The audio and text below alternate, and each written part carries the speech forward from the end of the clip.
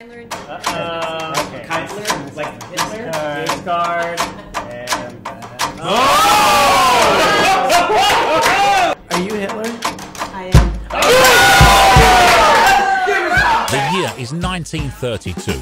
The place? Pre-World War II Germany. In secret, Hitler, 5 to 10 players form the nation's political elite, and each has a secret allegiance. The Liberal team has a narrow majority and must work together to keep the fascist team from gaining power.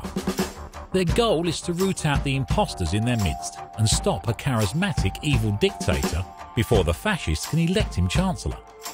Each round, players must elect a president and chancellor from their ranks. The president and chancellor work together in secret to enact a policy, but there's an element of randomness.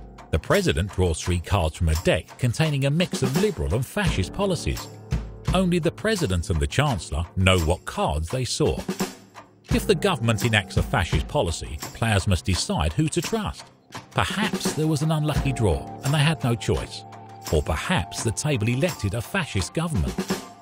With each fascist policy passed, the government gains new powers, allowing the president to investigate party loyalties, meddle in elections and assassinate their political rivals.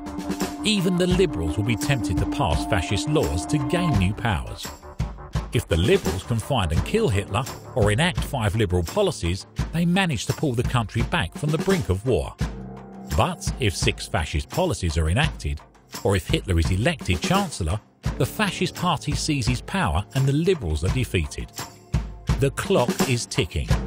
Can you find your allies and forge the bonds of trust necessary to stem the rising tide of fascism? Can you steer the government along the narrow path, taking only as much power as you need to pull back from the brink of war? Can you find and stop the secret Hitler?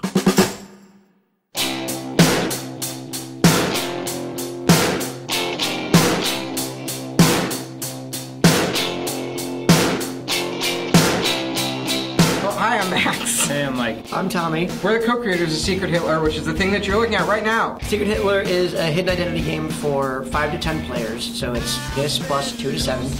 And it's inspired by games like, that's right. It's inspired by games like Avalon, Coup, Werewolf, The Resistance. But we've aimed to solve a lot of the problems that those games have. Yeah, and I've worked on like 10 video games in the past, and this is easily the most fun game that I've ever worked on. We started working on it back in April, and it's still really fun. It's like the #1 game that we play at the Card's office.